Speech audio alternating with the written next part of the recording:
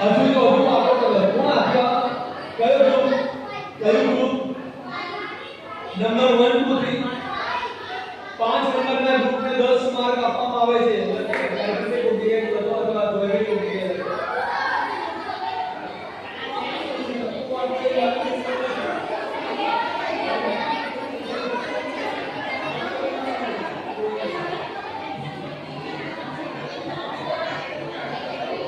સાંભળો. હવે સાંભળો તમે વાતો કરો છો ને, મેં કલમ વાંચવાનું તો કીધું જ નથી. મેં તમને ઊભા થઈને એકબીજાને ધક્કો મારવાનો કે કશું તમે વાંચીને બેસી લો છો. તો આટલી 4 થી 5 ચીજ વસ્તુ લખેલી કોઈને તમારી આજુબાજુ બધી વસ્તુ હતી. તમારી આજુબાજુ વસ્તુઓ હતી. તમે કોઈ ઓકે હવે આ નંબર 5 ફરીથી ઓકે મારી તરફ ફરીથી સાંભળો. કલમમાં લખેલી ચીજ વસ્તુ તમારી જેટલી નજીક હોય એટલી નજીકથી શોધીને તમારે બતાવવાની છે મને. રાઈટ? આપવાની કે બતાવવાની? પૂછીને નથી લઈ આવી શકતા, મોટું હોય તો બતાવવાની. પૂછીને લઈ આવો છો તો તમારે અને કોઈએ એકબીજાને ધક્કો નહીં મારવાનો. મારી પાસે જરૂર જાવ. ઓકે બીજી કલમ યશાયા 47 અને 1. યશાયા 47 1. એટલી ઝડપથી કલમ વાંચીને બધા ગ્રુપના સભ્યો શોધ્યા કરે. ઓકે ભાઈ શું છે? ઓકે આવી ગઈ. ટૂળ આવી ગઈ. હવે તમે સમજ્યા છો. હવે આવી ગયો બેટા. એટલે કીધું લીડરે જગ્યા નહીં છોડવાની. લીડરે જગ્યા મને આપવાનું હતું ત્યાંથી જોડે કાપી દીધું. ઓકે કયું 5 નંબર છે ને? આ 10 માર્ક 5 નંબર છે. ત્રીજી કલમ માંથી 2 અને 11. માંથી 2 11.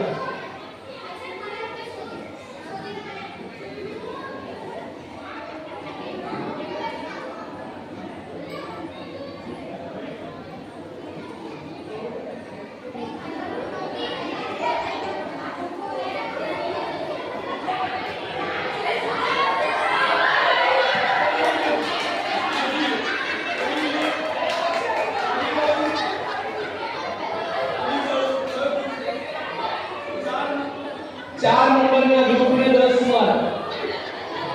પણ કઈ આવી પહેલા તો તમે ઓકે ચલો નેક્સ્ટ. એટલે કોઈ ગ્રુપ લીડર છે જગ્યા ના છોડો. ગ્રુપ લીડર અહીં ઉભા રહો. તમારા ગ્રુપના સભ્યો ગ્રુપ લીડર વખત ગ્રુપ ક્યાં જાય છે? ગ્રુપને 5 મિનિટ દોડી મારી પાસે આવે. ગ્રુપ લીડર અહીં ઉભા રહો. જગ્યા ના છોડો. તમે બહાર મૂકી દો. પેલા તમારા 10 જણા છે બહાર મૂકી દો. તમારે ફક્ત ફોલો કરવાનું. ત્રીજી ચોથી કલમ માંથી 3 અને 4.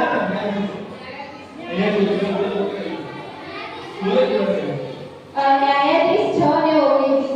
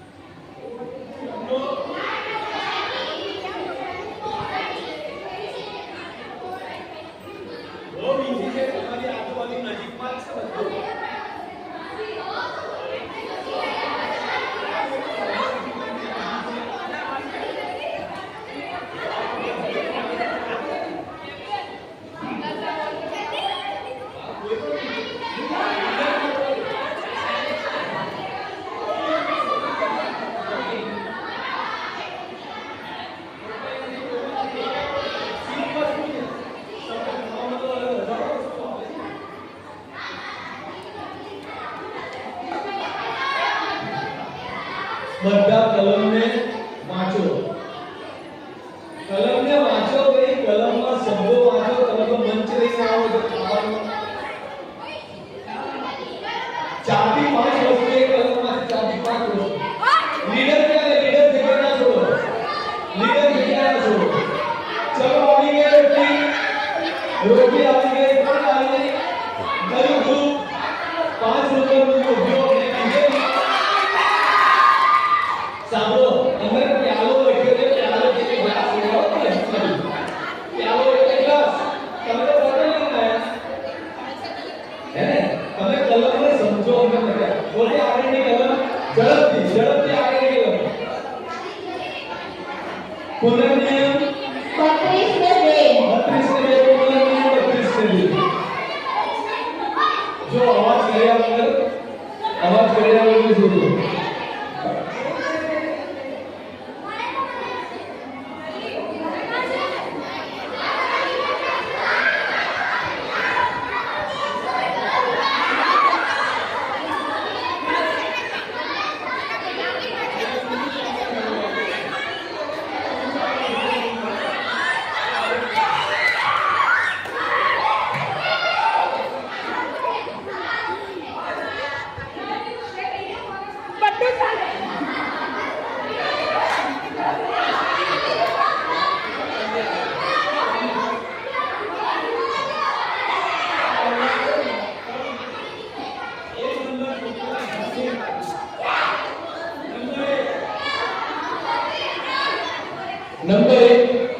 નંબર 1 આ બીજા તો પાંદડા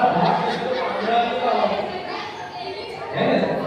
ઓકે આગળની કલમ ધીરે ધીરે સમજણ પડે છે તમને ધીરે ધીરે.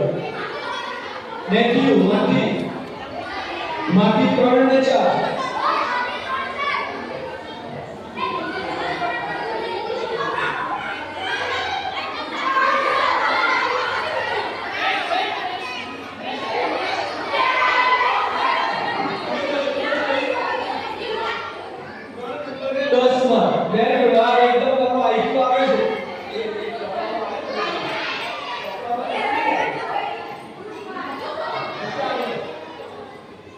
લૂક 16:24 હવે સમજણ પડી છે તમને?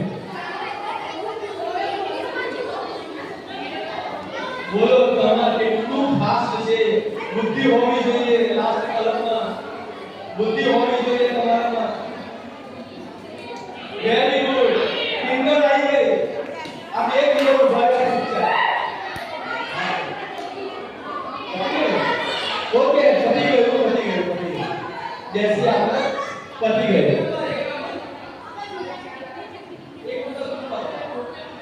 એક નંબર ગ્રુપના 10 માં પતી ગયું. કેટલા માર્ક્સ આવ્યા? 5મો ગ્રુપ વિનર છે ભાઈ. 30 બાટા 30 બાકી બધાને 10 છે. Very good. તમારી જગ્યાએ જ્યાં જો ત્યાં ઉભા રહો તો લેશો.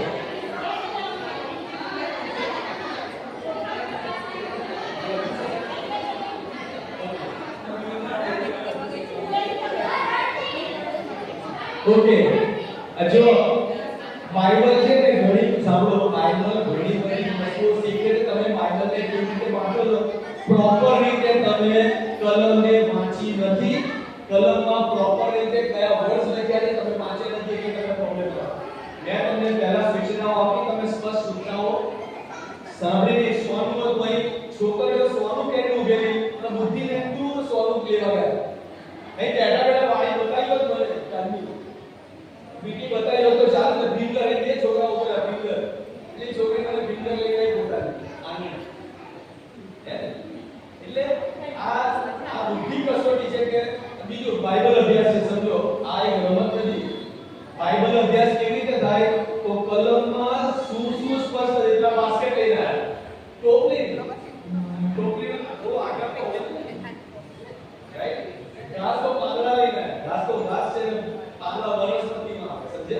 પાંદડા વનસ્પતિમાં આવે. પ્યાલો શબ્દ લખીને તો તમારે ગ્લાસ લઈ આવવાનો. પ્યાલો જૂના જમાનાનો વર્ડ છે.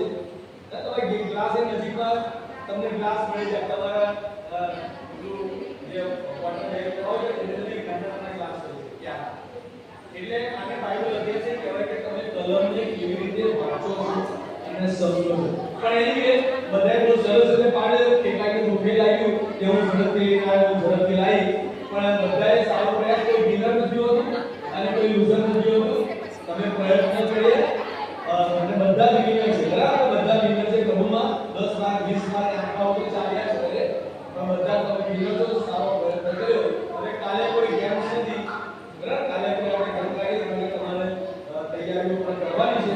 સવારે સાહેબે કીધું એ પ્રમાણે આખા અઠવાડિયાના 6 પાઠમાંથી તમારે 6 પ્રોજેક્ટ તૈયાર કરવા છે.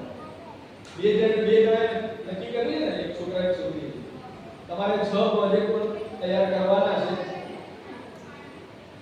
હા, અને કોઈને ખબર ના પડે તો ટીચરને એમને પૂછજો કે આ પાઠમાં શું છે, પણ તમે શું પાઠમાં સમજે તમે ટીચર પણ જોડાડી શકો છો.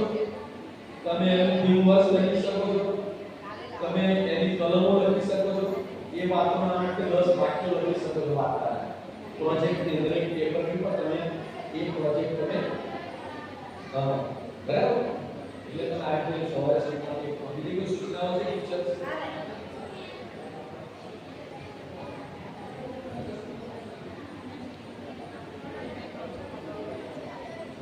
મજા આવી?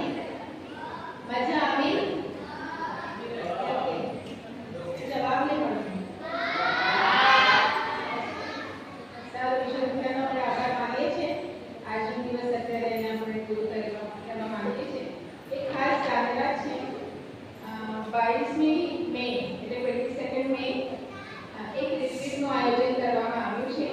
એ ન્યૂ લાઈફ ફાઉન્ડેશન તરફથી, અને આપણા ચર્ચના જેટલા યુથ છે એમાં પાર્ટિસિપેટ કરી શકે છે. રજિસ્ટ્રેશન ચાર્જીસ 100 રૂપીસ છે, અને એમાં ક્વિઝ બી રહેશે, એટલે તમને ડિટેલ્સ પાછળથી આપવામાં આવશે. એટલે આપણે એનએસસી હોલમાં છે, એટલે જો તમે ફ્રી હોય એ દિવસે તો તમે એમાં પાર્ટિસિપેટ કરી શકો છો. ઓકે, એનું ટાઈમિંગ રહેશે सवाल 8 बजे से, सुबह 8 बजे से 5 बजे तक। 8 से 5 इसका टाइम है। एनएससी हॉल में रहेगा। सभी जो यूथ हैं उन लोगों के लिए है, तो आप इसमें शामिल हो सकते हैं। रजिस्ट्रेशन आपको करवाना है तो मास्टर साहब हैं अपने साथ में, आप उनसे मिल सकते हैं, रजिस्ट्रेशन करवा सकते हैं। Age 13 to 30 age 13 to 30 13230 okay. Age group છે એ લોકો ભાગ લઈ શકે છે। 13 ઓકે, 13 પ્રાર્થના કરીશું અને હું લુસીબેનને રિક્વેસ્ટ કરીશ છેલ્લી પ્રાર્થના તમે બોલશો।